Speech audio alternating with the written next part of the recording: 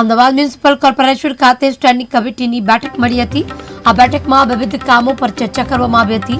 Road and buildings દ્વારા બાકડાઓને લઈને કામ પર ચર્ચા કરવામાં આવી તો જે બાદ શહેરમાં સ્કૂલ, કોલેજ કે ધાર્મિક સ્થળોએ આ બાકડાઓ મૂકવામાં આવ્યા છે।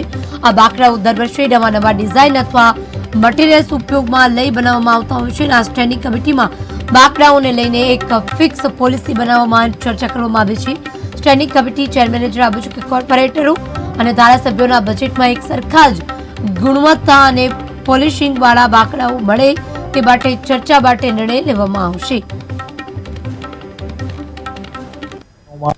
પબ્લિક પ્લેસ ઉપર મૂકવા બાકડા ગાર્ડનોમાં પબ્લિક પ્લેસ ઉપર મૂકવામાં આવે છે। ભૂતકાળની અંદર બાકડાની ડિઝાઇન નક્કી કરવામાં આવી હતી, તેમાં ઘણા બધાને આમાં ફેરફાર કરવાના સૂચનો આવ્યા હતા। પરિણામે ભૂતકાળની અંદર ચાઇના મોઝેકના બાકડા ચાલતા હતા, જે કિંમતમાં પણ ખૂબ જ સસ્તા સહેલાઈથી પ્રાપ્ત થતા હતા। તદુપરાંત સ્ટીલના બાકડા, એસએસના બાકડા એને પણ આજની સ્ટેન્ડિંગ કમિટીમાં મંજૂર કરવામાં આવ્યા છે। પરિણામે સ્કૂલ હોય, ધાર્મિક સ્થળો હોય, પબ્લિક પ્લેસો હોય એવી જગ્યા ઉપર આ એસએસના બાકડા મૂકવામાં આવશે।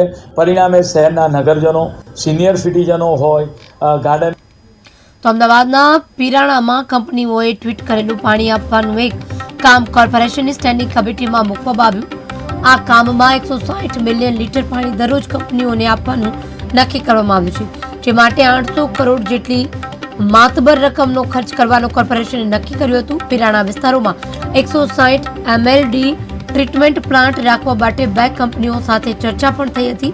આ કામમાં માનીતી લોકોને આપવાનો વિવાદ થયો હતો, જેને લઈને સ્ટેન્ડિંગ કમિટીએ આ કામને હાલ મોકૂફ રાખ્યું છે। આ ટર્શરી ટ્રીટમેન્ટ માટેનું પ્લાનિંગ મોકૂફ રાખવામાં આવ્યું।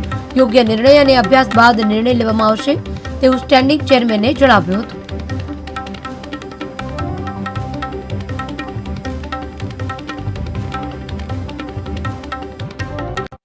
બાકી રાખવા આજની સ્ટેન્ડિંગ કમિટીની અંદર પીરાણા ખાતે 240 MLDનો FTP પ્લાન્ટ અને 106નો ટર્સરી ટ્રીટમેન્ટ પ્લાન્ટ બનાવવાનું જે દરખાસ્ત હતી તેની અંદર ઘણા આપણે વાત કરીએ કે અભ્યાસ કરવો પડે એવો હતો।